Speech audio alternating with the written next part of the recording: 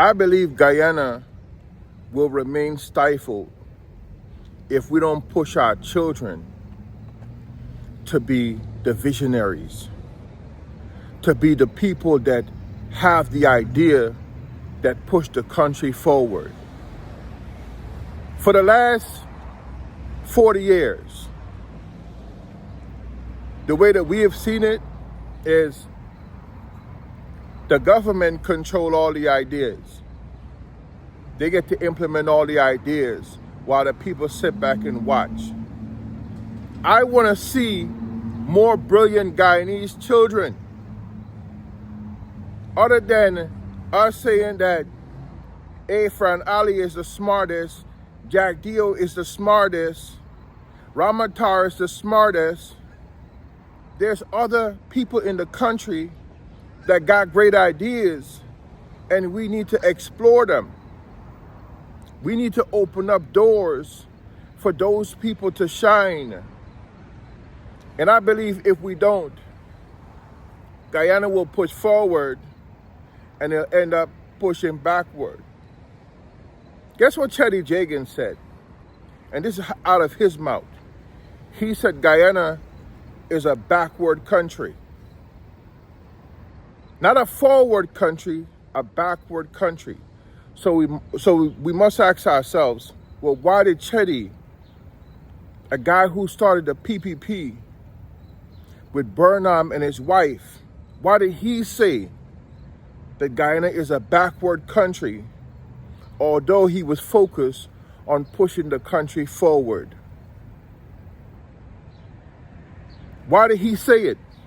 Here's what I've noticed, that every time we take 20 steps forward, we end up taking 20 steps backwards. Guyana has been a country that has always focused on education.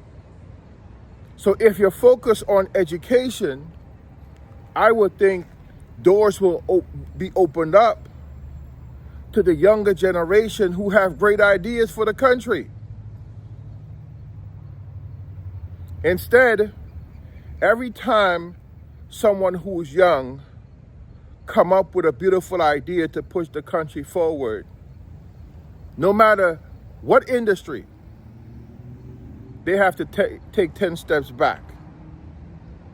They went to school. Okay, 20 steps forward, right? They're walking. They're doing whatever it takes. They get out. 20 steps backwards.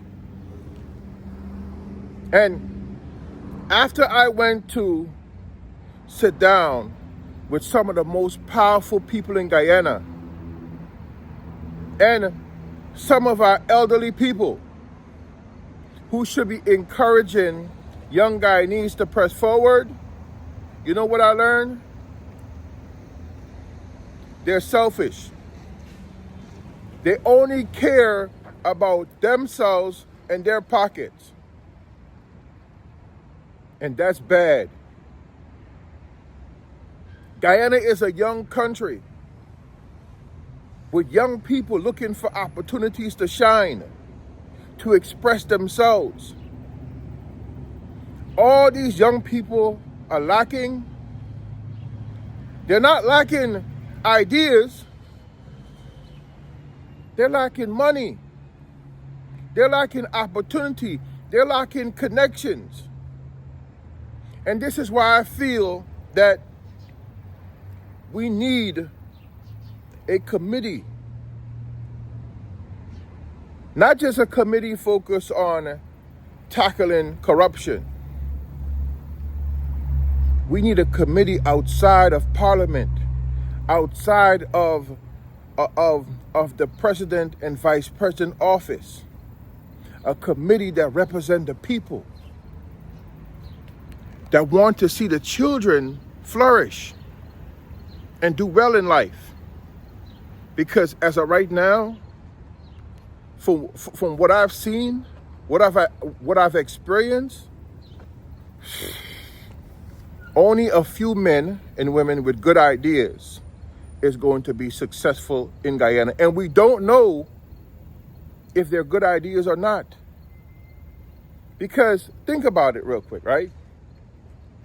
Guyana is supposed to be the world's most blooming economy, right? We know global warming is a problem. We know the sea is rising, yet we do nothing to protect our seawall, right? That seawall should be higher. That seawall should be stronger. When I went home to Guyana, I walked from Buxton to Georgetown. And by the time I got to Sheriff Road, guess what I saw? Water coming over the seawall at high tide. I was shocked.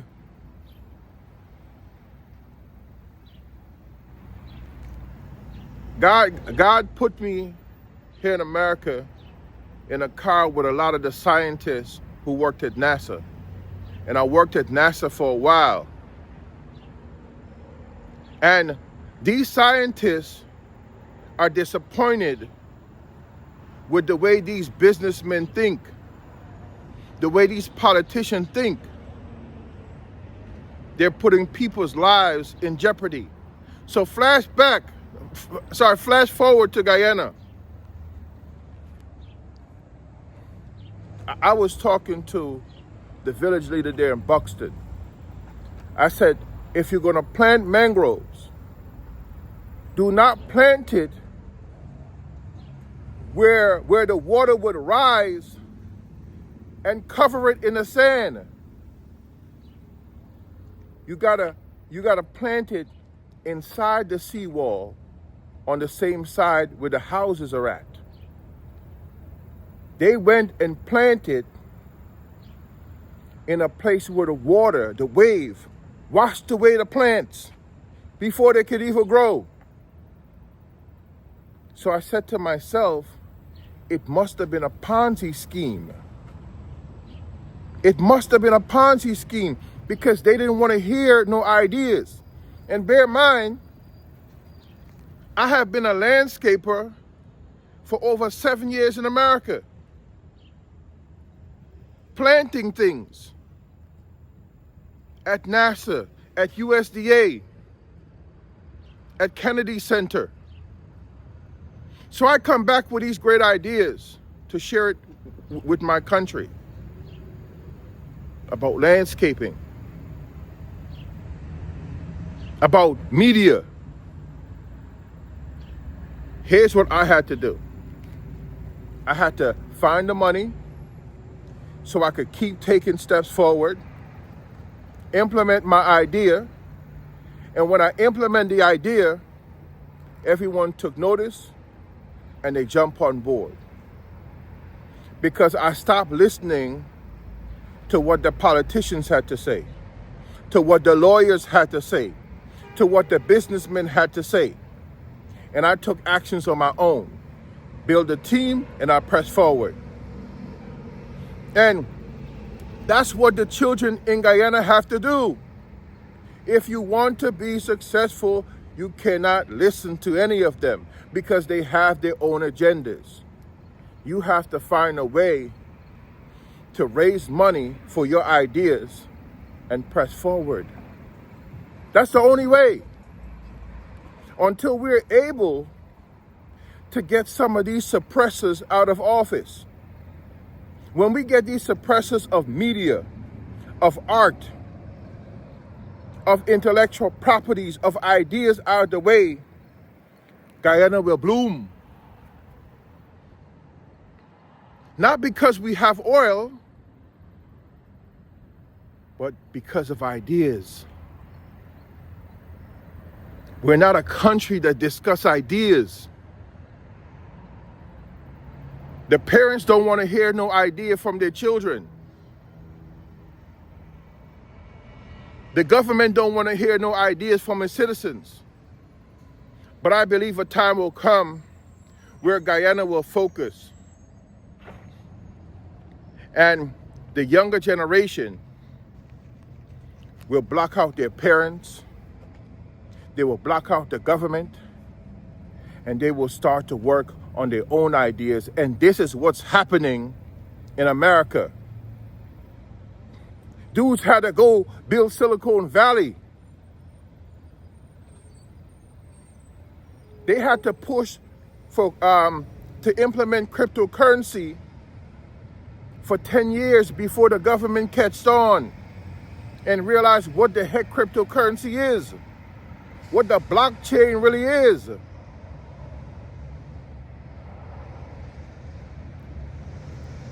I want to encourage the younger people of Guyana to gain your independence. Men with ideas have to meet with men who have ideas to build.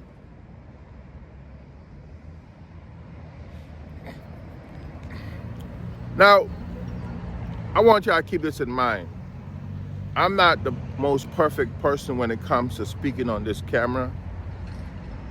So don't y'all start leaving things in the comment section that where you misunderstand what I'm saying. Guyana is still a beautiful country. There's a lot of opportunities there.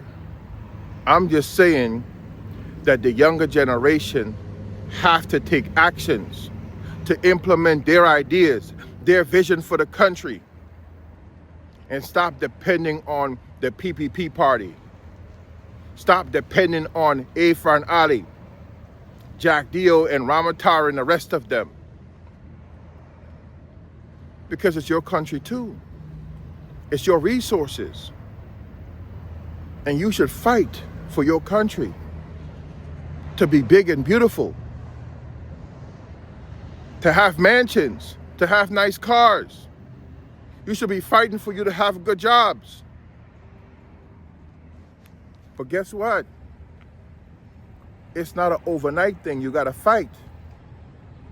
And if you're willing to fight for the country you love and the opportunities is there, guess what? Your children gonna prosper and their children gonna prosper. Hey, my name is Kendesi. Stay tuned. More to come, baby. Let's go.